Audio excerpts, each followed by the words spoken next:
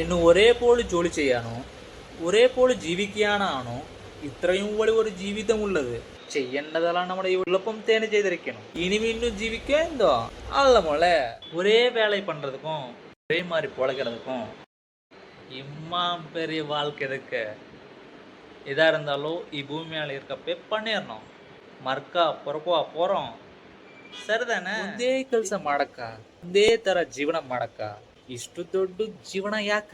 ಏನಾರ ಈ ಭೂಮಿ ಮೇಲೆ ಇದ್ದಾಗಲೇ ಮಾಡ್ಬಿಡ್ಬೇಕು.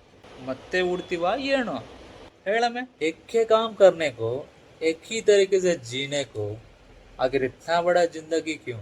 जो भी करना है इसी धरती पे ही करना है. दोबारा थोड़े पैदा होंगे, समझे?